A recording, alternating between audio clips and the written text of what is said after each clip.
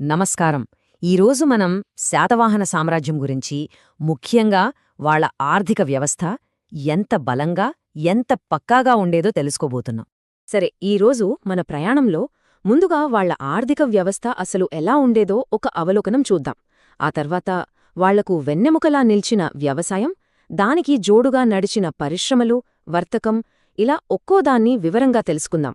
చివర్లో అన్నిట్నీ ఓసారి రివ్యూ చేసుకుందాం. శాతవాహనుల ఆర్థిక వ్యవస్థ అంటే కేవలం వ్యవసాయం మాత్రమే కాదు, అదొక పక్కా ప్లానింగ్తో నడిచిన సిస్టమ్. ఇందులో వ్యవసాయం, పరిశ్రమలు, దేశ విదేశాలతో వాణిజ్యం అన్నీ ఉన్నాయి.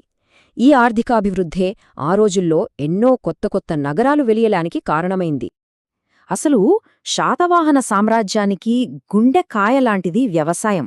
వాళ్ల సంపదంతా, వాళ్ల పవరంతా అన్ని భూమి నుంచే వచ్చాయన్నమాట. ప్రజల బతుకు తెరువు నుంచి రాజ్య ఖజానా వరకు ప్రతీదీ వ్యవసాయం మీదే ఆధారపడి ఉండేది. మరి ఇంత ఇంపార్టెంట్ అయిన భూమిని ఎలా కొల్చేవాళ్లు? వాళ్లకో ప్రత్యేకమైన యూనిట్ ఉండేది, అదే నివర్తనం. అంటే సుమారుగా మన లెక్కల్లో 1.5 ఎకరం. పన్నులు వెయ్యాలన్నా, భూములు దానం చేయాలన్నా ఈ కొలతే బేసనమాట. రైట్, ఇప్పుడు అసలు విషయానికి వద్దాం. వాళ్ల వ్యవసాయ వ్యవస్థ ఎలా ఉండేదో కాస్త లోతుగా చూద్దాం. ఎందుకంటే అదే వాళ్ల ఆర్థిక వ్యవస్థకు నిజమైన బ్యాక్బోన్. ఆ కాలంలో రైతులు ప్రధానంగా 2 రకాలుగా ఉండేవాళ్లు. ఒకరు చిన్న చిన్న పొలాలు చేసుకునేవాళ్లు, వాళ్లను హలికులు అనేవాళ్లు. ఇంకొకరు పెద్ద పెద్ద భూస్వాములు, మనకు తెలిసిన జమీందార్లలాగా అన్నమాట. వాళ్లనే గహపతులు అని పిలిచేవారు. వీళ్లకి సమాజంలో మంచి పలుకుబడి ఉండేది. వాళ్లు పండించిన పంటలు కూడా చాలా రకాలు: వరి, చెరకు, జొన్నలు, ఇలాంటి వాటితో పాటు డబ్బులు తెచ్చిపెట్టే పత్తి వంటి వాణిజ్య పంటలు కూడా బాగా పండించారు. ఈ పత్తే కదా వాళ్ల టెక్స్టైల్ ఇండస్ట్రీకి ప్రాణం పోసింది, ఎగుమతులకు దారితీసింది. ఇంకో ఇంట్రెస్టింగ్ విషయమేంటంటే మలయ నుంచి కొబ్బరిని కూడా వీళ్లే ఇంట్రడ్యూస్ చేశారు. సరే, ఇన్ని రకాల పంటలు పండిస్తున్నారు, బానే ఉంది. మరి నీళ్ల సంగతేంటి? కేవలం వర్షం మీదే ఆధారపడ్డారా, లేక ఏమైనా టెక్నాలజీ వాడారా? దానికి సమాధానమే ఈ ఉదకయంత్రం. దీన్నే పర్షియన్ వీల్ అని కూడా అంటాం. ఇది అప్పట్లో ఒక అడ్వాన్స్డ్ టెక్నాలజీ. జంతువులతో దీన్ని తిప్పుతూ బావుల్లోంచి, కాలువల్లోంచి నీటిని పైకి తోడి పొలాలకు పారించేవాళ్లు. దీనివల్ల పంట దిగుబడి అమాంతం పెరిగింది. వ్యవసాయం పునాది అయితే, ఆ పునాది మీద ఒక పెద్ద ఆర్థిక సౌధాన్ని నిర్మించాయి పరిశ్రమలు. మరి ఈ పరిశ్రమలని ఎవరు ఆర్గనైజ్ చేశారు, ఎలా నడిపించారు? అక్కడే మనకు శ్రేణులు అనే ఒక అద్భుతమైన సిస్టమ్ కనిపిస్తుంది. ఈ శ్రేణులంటే ఏంటి అనుకుంటున్నారా? సింపుల్గా చెప్పాలంటే అవి ప్రొఫెషనల్ గిల్డ్స్, అంటే ఒకే వృత్తి చేసేవాళ్లందరూ కలిసి ఏర్పాటు చేసుకున్న సంఘాలన్నమాట. నేత పనివాళ్లకొకటి, కమ్మరులకొకటి, కుమ్మరులకొకటి, ఇలా. దీనివల్ల వాళ్ల ప్రోడక్ట్ క్వాలిటీ కంట్రోల్లో ఉండేది. శాసనాలను బట్టి చూస్తే దాదాపు 18 రకాల శ్రేణులున్నట్లు మనకు తెలుస్తోంది. వాళ్ల ఇండస్ట్రీస్లో చాలా రకాలున్నాయి, కానీ అన్నిటికంటే ఇంపార్టెంట్ టెక్స్టైల్ ఇండస్ట్రీ. దీన్ని కోలిక శ్రేణి చూసుకునేది. దీంతోపాటే మెదక్ ఏరియాలో దొరికిన ఆధారాలను బట్టి వాళ్లు వూడ్స్ ఉక్కు కూడా తయారు చేశారని తెలుస్తోంది. ఇది ఆ రోజుల్లో వరల్డ్ ఫేమస్ క్వాలిటీ స్టీల్. ఇక వాశిష్ఠపుత్ర పులోమావి టైంలో టెక్స్టైల్ ఇండస్ట్రీలో ఒక పెద్ద రెవల్యూషన్ వచ్చింది.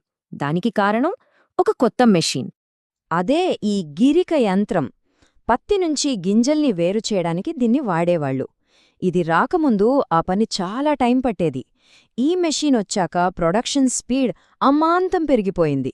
దీనివల్లే వాళ్లు పెద్ద ఎత్తున బట్టల్ని ఎక్స్పోర్ట్ చేయగలిగారు. వాళ్ల బట్టల క్వాలిటీకి, వాటికున్న క్రేజ్కి ఒక ఉదాహరణ చెప్తాను.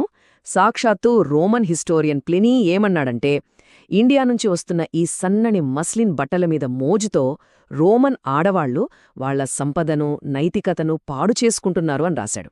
అంటే ఆలోచించండి, వాళ్ల ఎక్స్పోర్ట్స్ ఇంపాక్ట్ ఏ రేంజ్లో ఉండేదో. ఓకే, ఇంత ప్రొడక్షను, ఇంత ట్రేడ్ జరుగుతోంది కదా, మరి డబ్బు వ్యవహారాలు, పన్నులు, అప్పులు ఇవన్నీ ఎలా మేనేజ్ చేసేవాళ్లు? ఇక్కడే శ్రేణులో మరో టాలెంట్ బయటపడుతుంది. అవి కేవలం ప్రొడక్షన్ యూనిట్లే కాదు, అప్పట్లో బ్యాంకులా కూడా పనిచేశాయి. ప్రజల దగ్గర డిపాజిట్స్ తీసుకోవడం, అవసరమైన వాళ్లకి లోన్స్ ఇవ్వడం, ఇవన్నీ చేసేవి. శాసనాల్లో దొరికిన ఇన్ఫర్మేషన్ ప్రకారం అప్పట్లో లోన్లపై యాన్యువల్ ఇంట్రెస్ట్ రేట్ సాధారణంగా 12% ఉండేది. అంటే చూడండి ఎంత ఫార్మల్గా, ఎంత ఆర్గనైజ్డ్గా వాళ్ల ఫైనాన్షియల్ సిస్టమ్ ఉండేదో. దీనికి నాసిక్ శాసనంలో ఒక పర్ఫెక్ట్ ఎగ్జాంపుల్ ఉంది. ఋషభదత్తుడు అనే అతను నేత పనివారి శ్రేణి దగ్గర 2000 కర్షాపణాలు అప్పు తీసుకున్నాడు. దాన్ని 12% వడ్డీతో తిరిగి కట్టేశాడు. అసలు ట్విస్టేంటంటే ఆ శ్రేణి ఆ డబ్బును లాభంగా తీసుకోకుండా బౌద్ధ సన్యాసులకు డొనేట్ చేసింది. అంటే బిజినెస్తో పాటు సోషల్ రెస్పాన్సిబిలిటీ కూడా ఉండేదన్నమాట. ఇక రాజ్యానికి మెయిన్ ఇన్కమ్ సోర్స్ పన్నులు.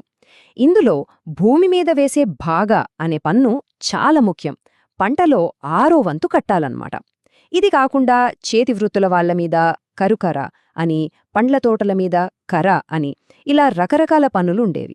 ఈ ట్యాక్స్ సిస్టమే వాళ్ల రాజ్యాన్ని ఆర్థికంగా బలంగా నిలబెట్టింది. సరే, ఇప్పుడుదాకా మనం చాలా విషయాలు మాట్లాడుకున్నాం. ఇప్పుడు ఒక్కసారి వెనక్కి తిరిగి ఈ ఎకానమీని అర్థం చేసుకోవడానికి ఉపయోగపడే కొన్ని కీవర్డ్స్ని ఫాస్ట్గా రివైజ్ చేద్దాం. ఈ టేబుల్లో చూడండి.